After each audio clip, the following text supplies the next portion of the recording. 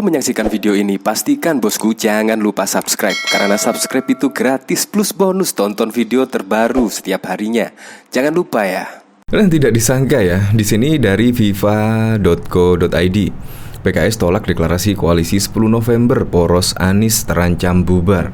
Kita ketahui kan, nampaknya PKS, Nasdem, dan bahkan juga Demokrat kayaknya solid sekali ya. Bahkan juga kompak, yaitu mendukung Anies Baswedan sebagai capres. Ya, tetapi belum mendeklarasikan diri sih. Kemarin juga dicuri start oleh Nasdem, yaitu mendeklarasikan Anies Baswedan sebagai capres potensial oleh Nasdem. Padahal kemarin saya masih ingat, yaitu dalam berita dari Detik News, yaitu Nasdem mantap bareng Partai Demokrat, PKS deklarasikan koalisi 10 November. Kayaknya sih sudah sepakat ya, kalau dilihat dari berita ini, yaitu sepakat akan mendeklarasikan koalisi pada 10 November. Tetapi ternyata PKS ini menolak deklarasi koalisi 10 November.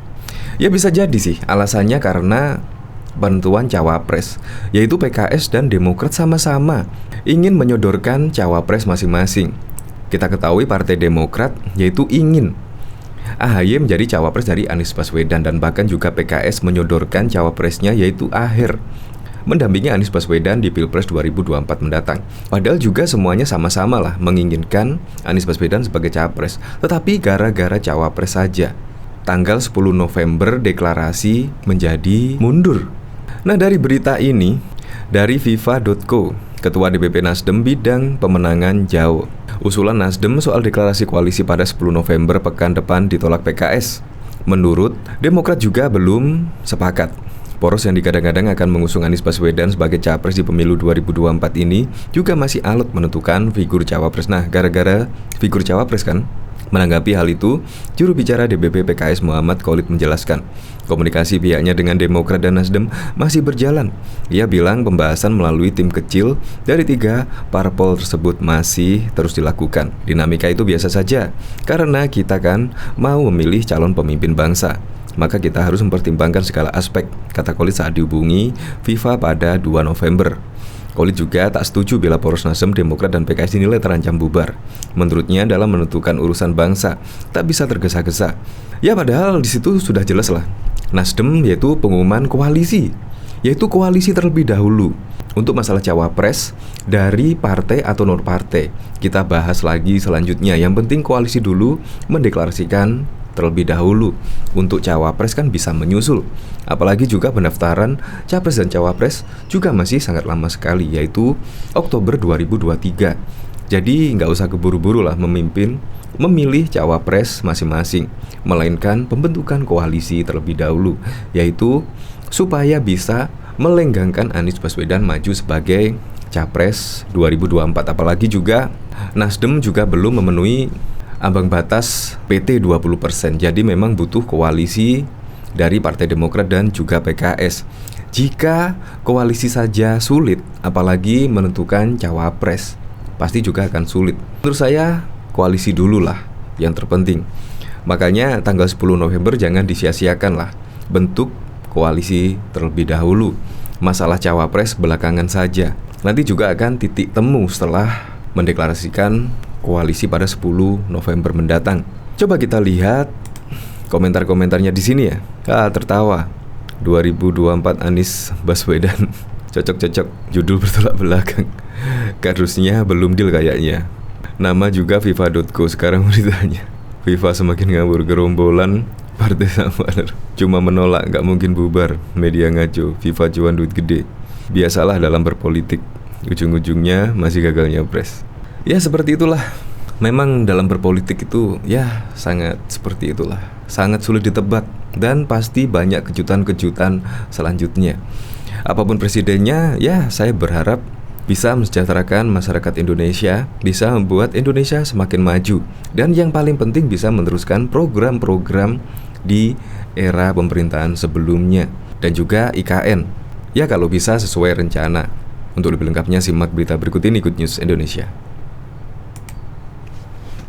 Juru bicara Partai Keadilan Sejahtera PKS Muhammad Khalid menghormati usulan Partai Nasdem agar mendeklarasikan koalisi perubahan pada 10 November 2022 mendatang. Namun Muhammad Khalid mengatakan pihaknya menolak usulan tersebut lantaran masih ada pekerjaan rumah PR yang belum tuntas.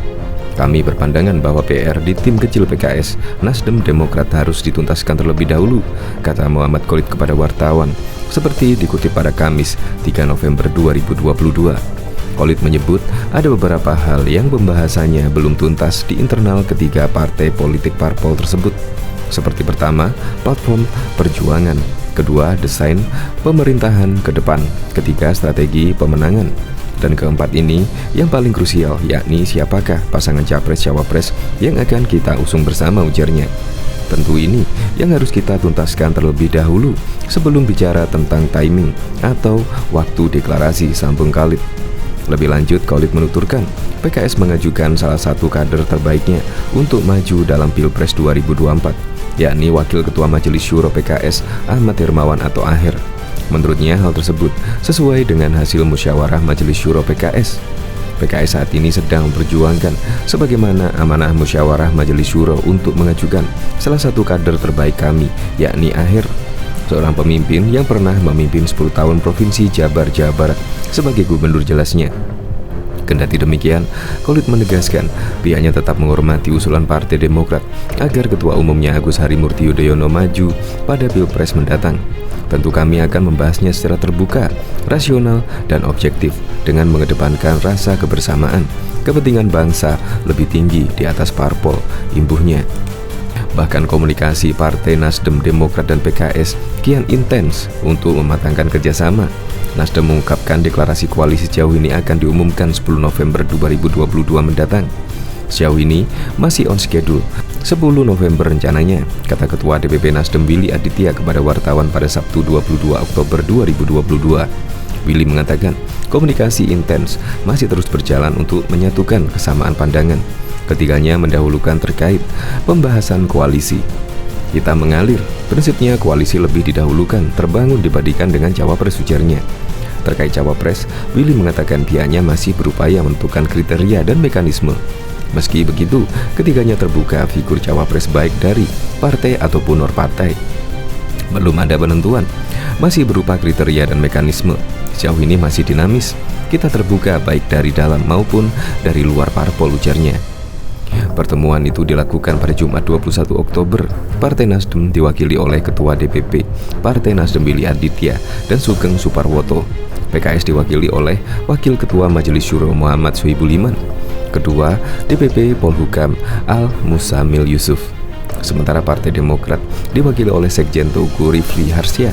Pertemuan tiga pihak tersebut juga dihadiri oleh Sudirman Said sebagai pihak yang mewakili Anies Rashid Baswedan yang merupakan bakal calon presiden 2024 dari Partai Nasdem.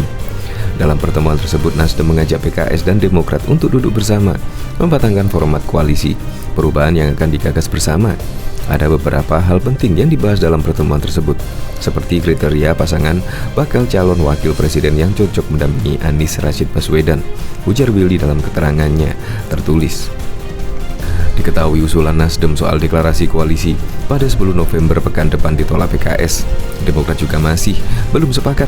Poros yang digadang-gadang akan mengusung Anies Baswedan sebagai capres di pemilu 2024 ini juga masih alot menentukan figur cawapres. Menanggapi itu, juru bicara DPP PKS Muhammad Khalid menjelaskan komunikasinya pihaknya dengan Demokrat dan Nasdem masih berjalan. Ia bilang pembahasan melalui tim kecil dari tiga parpol tersebut masih terus dilakukan. Dinamika itu biasa saja, karena kita kan mau memilih calon pemimpin bangsa, maka kita harus pertimbangkan segala aspek, kata Khalid saat dihubungi FIFA pada Rabu malam 2 November 2022. Khalid juga tak setuju bila poros Nasdem, Demokrat, dan PKS dinilai terancam bubar. Menurutnya dalam penentuan urusan bangsa tak bisa tergesa-gesa. Kita sedang tidak berlomba siapa cepat dia dapat. Yang penting ada mutual trust dan respect.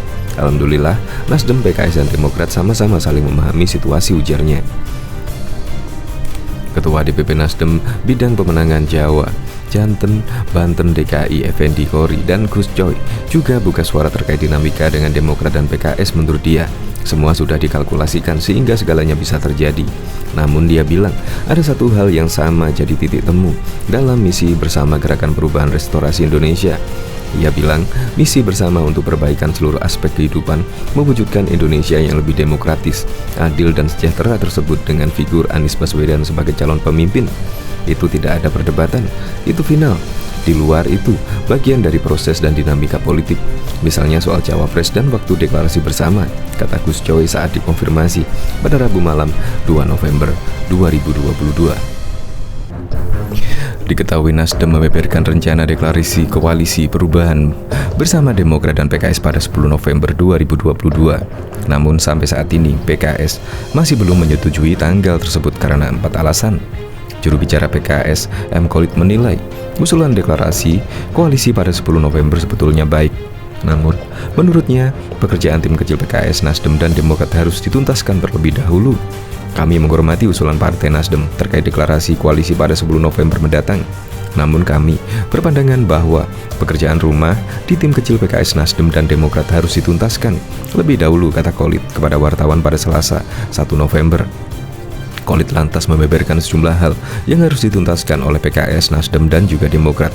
Menurutnya alasan-alasan tersebut yang masih menjadi penghalang rencana deklarasi koalisi pada 10 November mendatang. Ada beberapa hal yang harus juga dituntaskan. Pertama, terkait platform perjuangan. Kedua, terkait desain pemerintahan ke depan. Dan ketiga, bagaimana strategi paling baik dalam pemenangan. Keempat, siapakah pasangan calon presiden dan wakil presiden yang akan kita usung bersama. Tentu inilah yang harus kita tuntaskan terlebih dahulu sebelum bicara timing atau waktu deklarasi, ujarnya. Atas dasar itulah, Khalid berpandangan saat ini PKS tengah memperjuangkan agar kader terbaiknya, Ahmad Hermawan, bisa maju mendampingi Anies Baswedan sebagai capres. Terlepas dari itu semua, kita memastikan PKS tetap menghargai usulan cawapres lainnya yang belakangan mencuat. Oleh karena itu, PKS saat ini sedang memperjuangkan sebagaimana amanah Majelis Syuro, pengajuan salah satu kader terbaik kami, Ahmad Hermawan, seorang pemimpin yang pernah memimpin 10 tahun Jabar sebagai gubernur, ujar dia. Tentu kami menghormati calon-calon yang lainnya, misalnya sahabat kami di Demokrat yang mengusung ketumnya AHY, atau Nasdem yang sudah memiliki preferensi kepada calon tertentu. Tentu kami akan membahasnya secara terbuka, rasional, dan objektif dengan mengedepankan rasa kebersamaan, mengedepankan kepentingan bangsa dan juga negara di atas kepentingan parpol, lanjut dia. Dia juga menekankan hasil pembicaraan di tim kecil PKS, Nasdem, dan juga Demokrat akan terlebih dahulu dibawa ke Majelis Syuro PKS untuk selanjutnya, kata dia, menunjukkan keputusan final soal capres dan cawapresnya. Tentu pembahasan ini di tim kecil itu akan melaporkan ke Majelis Syuro dan kami akan menunggu arahan selanjutnya dan keputusan final terkait koalisi dan dukungan capres dan cawapres tersebut, imbuhnya. Bahkan juru bicara Partai Keadilan Sejahtera, Muhammad Khalid, menghormati usulan Partai Nasdem agar mendeklarasikan koalisi perubahan 10 November. Kami berpandangan bahwa PR di tim kecil PKS, Nasdem, Demokrat harus dituntaskan terlebih dahulu. Khalid juga menyebut ada beberapa hal yang pembahasannya belum tuntas di internal ketiga partai politik tersebut, seperti pertama, platform perjuangan, dan lain-lain. Lebih lanjut, Khalid juga menuturkan PKS mengajukan salah satu kader terbaiknya untuk maju di dalam kontestasi Pilpres 2024, yakni Wakil Ketua Majelis Syuro PKS Ahmad Hermawan atau biasa yang disebut dengan Aher. Menurutnya hal tersebut sesuai dengan hasil musyawarah Majelis Syuro. PKS saat ini sedang memperjuangkan sebagaimana amanah Majelis Syuro untuk mengajukan salah satu kader terbaik kami, yakni Aher. Kendati demikian, Khalid menegaskan pihaknya tetap menghormati usulan Partai Demokrat agar Ketua Umumnya Agus Harimurti Yudhoyono AHY bisa maju pada Pilpres mendatang di tahun 2024 berdampingan bersama Anies. Tentu kami akan membahasnya secara terbuka, rasional, dan juga objektif dengan mengedepankan rasa kebersamaan, kepentingan bangsa dan negara lebih tinggi di atas kepentingan parpol. Bahkan diketahui koalisi perubahan yang digagas oleh Partai Nasdem, PKS, dan juga Demokrat masih mempertimbangkan kandidat cawapres untuk mendampingi Anies Baswedan di Pilpres 2024 mendatang. Setidaknya ada 6 nama yang sudah dikantongi. Siapa saja? Terkait 6 nama itu diungkapkan oleh Ketua DPP Partai Nasdem Willy Aditya di PSP Center Medan, Sumatera Utara pada Sabtu 5 November. Willy mengatakan 6 list nama tersebut telah disimulasikan melalui berbagai survei. Setidaknya ada 6 list nama cawapres. Selama ini kita simulasikan dengan berbagai survei, kata Willy. Namun Willy enggan menyebutkan nama-nama tersebut. Dia mengatakan akan mengungkapkan di momen yang tepat. Kita belum bisa buka itu, nanti kita buka. Dalam radar tim kecil ada 6 stok nama lah, ujarnya. Willy mengatakan dari 6 nama tersebut belum ada kecondongan terhadap satu nama. Dia menyebutkan Nasdem membuka peluang untuk cawapres pendamping Anies, baik dari parlemen maupun non-parlemen. Belum ada kecondongan sama sekali. Kenapa? Ini suatu hal yang dinamis. Tentu kita harus melihat komposisi, siapa yang nanti akan kita hadapi sebagai kompetitor. Jadi sebagai pasangan yang di-grade di ruang kosong, dia juga di-grade sebagai sebuah jawaban atas posisi yang lain.